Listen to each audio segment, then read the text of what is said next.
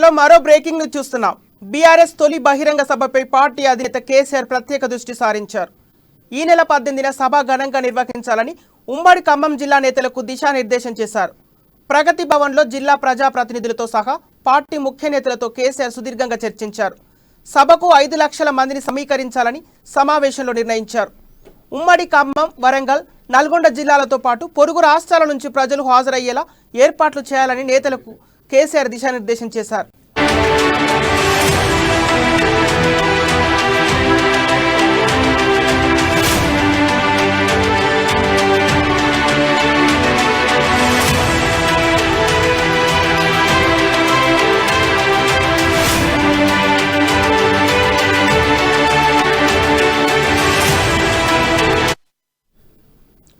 BRS ఆవిర్భావం తర్వాత జరగనున్న తొలి బహిరంగ సభ కాబట్టి అత్యంత ఘనంగా దేశవ్యాప్త చర్చ జరగాలని సీఎం ఆకాంక్షించారు.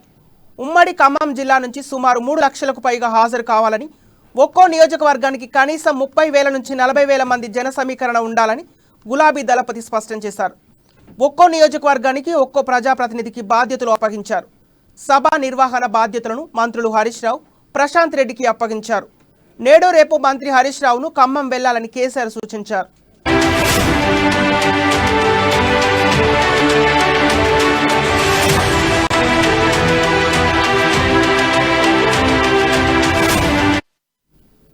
ఖమ్మంలో సుమారు 100 ఎకరాల్లో సభకు ఏర్పాట్లు చేస్తున్నారు.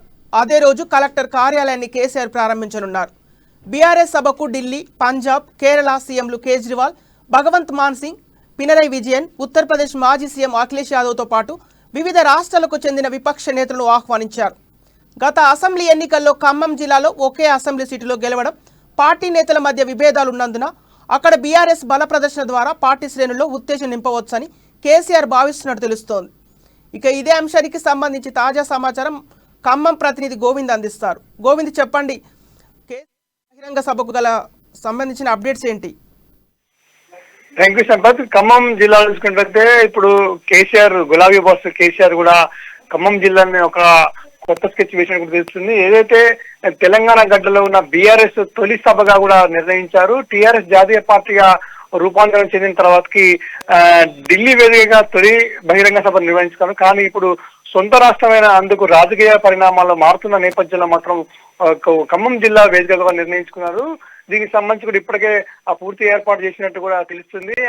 దీనికి సంబంధించి ఖమ్మం జిల్లాలో ఉన్న ముఖ్యంగా ప్రధానంగా ఉన్న పువ్వాడ అజయ్ కుమార్, అదేవిధంగా హరీష్ రావు, వేముల ప్రశాంత్ రెడ్డి ముగ్గురికి బాధ్యతలు అప్పగించి ఈ సభను సక్సెస్ చేయడానికి కూడా చేస్తున్న పరిస్థితి, ప్రణాళిక చేస్తున్న పరిస్థితి కనిపిస్తుంది. ప్రధానంగా చూసుకుంటే ఖమ్మంలో ఈ నెల 12వ తేదీ చూసుకుంటే భద్రాద్రి జిల్లా సంబంధించి మహిబాద్ జిల్లాలో కూడా పర్యటించి అక్కడ నూతన కలెక్టర్ ప్రారంభిస్తున్నారు. అదే సమయంలో మరోసారి కూడా ఖమ్మంలో ఈ నెల 18న కూడా నూతన కలెక్టర్ ప్రారంభించిన తర్వాత భారీ బహిరంగ ఏర్పాటు చేసిన పరిస్థితి కనిపిస్తుంది. ఈ సభకు దాదాపు ఖమ్మం ఉమ్మడి జిల్లా ప్రాంతం నుంచి కూడా వివిధ రాష్ట్రాల నుంచి పక్కన ఉన్న ఛత్తీస్గఢ్ కానీ, ఆంధ్రప్రదేశ్ కానీ ఇలా అనేక రాష్ట్రాల నుంచి కూడా దాదాపు 5 లక్షల మంది కార్యకర్తలను కూడా ఇక్కడికి వచ్చేందుకు కూడా దిశానిర్దేశం చేసిన పరిస్థితి కనిపిస్తుంది. అయితే ముఖ్యంగా చూసుకుంటే తెలంగాణలో మారుతున్న రాజకీయ సమీకరణలు చూసుకుంటే ప్రధానంగా ఖమ్మం జిల్లా మాత్రం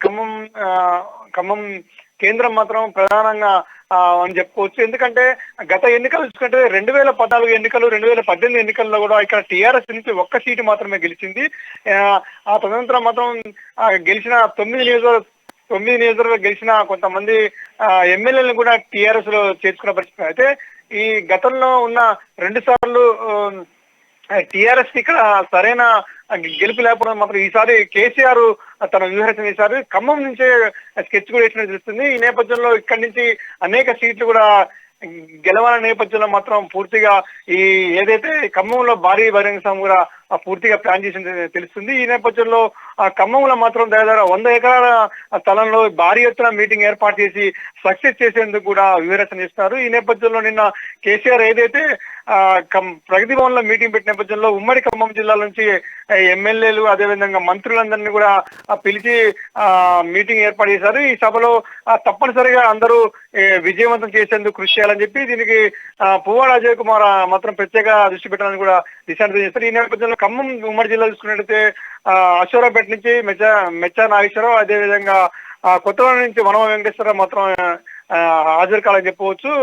అదేవిధంగా పాలేరు నుంచి కందల ఉపేందర్ కూడా చివరి క్షణంలో కూడా హాజరు కూడా చేస్తున్నారు. అంటే కొంతమంది ఈ మీటింగ్ కి రావడానికి కూడా వస్తారా లేదా అని కూడా చూసుకోవచ్చు. అయితే వేరే పార్టీలోకి వెళ్తారని కూడా ఒక సమాచారం అవుతుంది. ప్రధానంగా చూసుకున్నట్టయితే ఈ నెల 18న నిర్వహించే ఈ బహిరంగ సభకు ముఖ్యంగా చూసినట్టయితే ఇతర ముఖ్యమంత్రులు రాష్ట్రం నుంచి వచ్చే పరిస్థితి కనిపిస్తుంది. ప్రధానంగా ఢిల్లీ నుంచి, పంజాబ్ నుంచి, కేరళ నుంచి కూడా ముఖ్యమంత్రులతో పాటు మాజీ సీఎం కూడా ఈ భారీ బహిరంగ సభకు పాల్గొనే పరిస్థితి కనిపిస్తుంది. ఈ నేపథ్యంలోనే ఖమ్మం జిల్లా మాత్రం రోజు రోజుకి రాజకీయాల వేడెక్కుతున్న నేపథ్యంలో మాజీ MP Ponguleti Srinivasa Reddy BJP party వెళ్తున్న నేపథ్యంలో మాత్రం కేసీఆర్ మాత్రం అనూహ్యంగా ఇక్కడ జిల్లాలోనూ ఉన్న నాయకులను కూడా వెళ్ళనీయకుండా పార్టీలోకి కార్యకర్తలతో నాయకులతో సమన్వయం చేస్తున్న పరిస్థితి వస్తుంది. అదేవిధంగా ప్రధానంగా మాజీ మంత్రి తుమ్మల నాగేశ్వరరావు అనుచరులు కూడా వెళ్లేందుకు కూడా నేపథ్యంలో మాత్రం అందరినీ మాత్రం కలుపుపోయి బీఆర్ఎస్ పార్టీకి మాత్రం రానున్న ఎన్నికల్లో మాత్రం విజయం అందించేందుకు కూడా సమాచారంలో అందరితో కలుపుపోయి చేస్తున్న పరిస్థితి కనిపిస్తుంది. ముఖ్యంగా ఆత్మీయ సమ్మేళన పేరిట మాత్రం ఉన్న నేపథ్యంలో మాత్రం రాబోయే రోజుల్లో పార్టీని వీడేందుకు ఎవరైతే అసంతృప్తిగా ఉన్న నేతలను మాత్రం కలుపుకుపోయే పరిగా చెప్పవచ్చు. ఈ నేపథ్యంలోనే ఖమ్మం జిల్లా మాత్రం ఈ భారీ బహిరంగ ఒక వేదికగా ఉందని చెప్పొచ్చు సంపత్. ఓకే గోవింద్, ఇప్పుడు డిసెంబర్ 20న టీడీపీ బహిరంగ సభ నిర్వహించిన విషయం తెలిసిందే. అయితే ఇప్పుడు ఖమ్మంలో అకస్మాత్తుగా బీఆర్ఎస్ బహిరంగ సభ నిర్వహించడానికి కారణాలేంటి? చూడొచ్చు, ఖమ్మం జిల్లాకి కంచుకోటగా ఉన్న టీడీపీ అనేది ఓట్ బ్యాంకింగ్ ఉంది. గత ఎన్నికలు చూసుకున్నట్టయితే సత్తుపల్లి నుంచి సండ్రా వెంకటగిరి, అదేవిధంగా అశ్వరాపేట నుంచి మెచ్చా నాగేశ్వరరావు ఈ 2 సీట్లు మాత్రం పోయిన 2018 ఎన్నికల్లో విజయం సాధించాయి. ఈ నేపథ్యంలో ఉమ్మడి ఖమ్మం జిల్లాలో మాత్రం టీడీపీకి చాలా బలమైన ఓట్ బ్యాంకింగ్ ఉందని చెప్పవచ్చు. ఈ నేపథ్యంలో టీడీపీ నుంచి కూడా చాలా మంది ఓట్ బ్యాంకింగ్ టీడీపీ నుంచి కూడా గెలిచిన నేపథ్యంలో ఓట్ బ్యాంకింగ్ వస్తున్న నేపథ్యంలో మాత్రం టీడీపీ నుంచి బహిరంగ సభ సక్సెస్ అయింది కాబట్టి తప్పనిసరిగా ఇక్కడ నుంచి భారీ బహిరంగ సభ చేస్తే మాత్రం బీఆర్ఎస్ కూడా తనకైనా సరైన ఓట్లు వస్తాయనే నేపథ్యంలో మాత్రం కేసీఆర్ దీన్ని అనుకూలంగా చూసుకొని తప్పనిసరిగా ఖమ్మం జిల్లాలో మాత్రం బీఆర్ఎస్ ను సీట్లు గెలిచేందుకు కూడా వ్యూహరచన చేసినట్టు తెలుస్తుంది సంపత్. ఓకే గోవింద్, మాజీ ఎంపీ పొంగులేటి శ్రీనివాసరెడ్డి బీజేపీలోకి వెళ్తున్నారనే నేపంతో కేసీఆర్ ఈ బహిరంగ సభ ఏర్పాటు చేస్తున్నారనే వాదనలు వినిపిస్తున్నాయి. దీన్ని ఏ విధంగా చూడొచ్చు? ఒకవైపు మాజీ ఎంపీ పొంగులేటి శ్రీనివాసరెడ్డి నేను బీజేపీలోకి వెళ్ళడం లేదు, ఇది మీడియానే ప్రచారం చేస్తుందని అంటున్నారు. దీనికి సంబంధించిన అప్డేట్స్ ఏంటి? సంపత్, మనం గత కొన్ని రోజులు చూసుకుంటే ఆత్మీయ సమ్మేళనాలు రోజు రోజుకి పొంగులేటి శ్రీనివాసరెడ్డి చేస్తున్న నేపథ్యంలో మాత్రం బీజేపీ తీర్థం పుచ్చుకుంటారని కూడా మనకు తెలుస్తుంది. ఎందుకంటే గత కొన్ని రోజుల నుంచి కూడా ఆత్మీయ సమ్మేళనం చేసుకుంటూ జిల్లాలోని 10 నియోజకవర్గాలకు సంబంధించిన నేతలను కూడా సమన్వయం చేసుకుంటూ కూడా ఆత్మీయ సమ్మేళిస్తారు. రాబోయే రోజుల్లో మాత్రం తప్పనిసరిగా 10 జిల్లాల నుంచి పోటీ ఉంటుందని చెప్పి కొన్ని ఘాటు వ్యాఖ్యలు చేసిన పరిస్థితి కనిపిస్తుంది.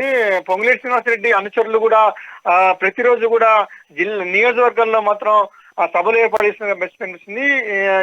ఈ రోజు నుంచి నియోజకవర్గ వారిగా కూడా మొత్తం అందరినీ కలుపుకుపోయి రాబోయే రోజుల్లో మాత్రం ఎన్నికల్లో ఉండాలని చెప్పి పొంగులేటి శ్రీనివాసరెడ్డి చెప్పారు. గత కొన్ని రోజుల నుంచి కూడా పొంగులేటి శ్రీనివాసరెడ్డి కూడా కార్యకర్తల్లో కూడా సమన్వయం చేసుకుంటూ కూడా అనేక సభలు కూడా చేస్తున్న నియోజకవర్గాల్లో సమ్మేళనాలు చేస్తున్న పరిస్థితి కనిపిస్తుంది. అంటే ఈ నెల 18న అమిత్ షాతోని భేటీ అయ్యి తదనంతరం పార్టీ మారుతుంటే కూడా మనకు సమాచారం తెలుస్తుంది. ఈ నేపథ్యంలో తన కేడర్ లో ఉన్న నాయకులను మాత్రం అందరినీ సమన్వయం చేసుకుంటూ కూడా చేస్తున్న పరిస్థితి కనిపిస్తుంది. ఈ రోజు నుంచి నియోజకవర్గాల్లో మాత్రం పూర్తిగా కార్యకర్తలతో చేస్తున్నారు. అసంతృప్తిగా ఉన్న నేతలను మాత్రం తీసుకోకుండా ఎవరైతే తనతో పాటు ఉన్న గతంలో చూసినట్టయితే ఎమ్మెల్యే ఇళ్ళ నుంచి ఎమ్మెల్యే కోరం కనకయ్య, అదేవిధంగా సత్తుపల్లి నుంచి మూవ విజయబాబు, అదేవిధంగా అశ్వరాపేట నుంచి కొంత అంటే నియోజకవర్గం దాదాపు 10 నియోజకవర్గాల నుంచి కూడా తన కార్యకర్తలు మాత్రం సమన్వయం చేసుకుంటున్న పరిస్థితి కనిపిస్తుంది. త్వరలో మాత్రం బీజేపీలోకి పొంగులేటి శ్రీనివాసరెడ్డి చేరుతున్నట్టు కూడా మనకు పూర్తిగా సమాచారం అందుతుంది సంపత్. Thank you Govind.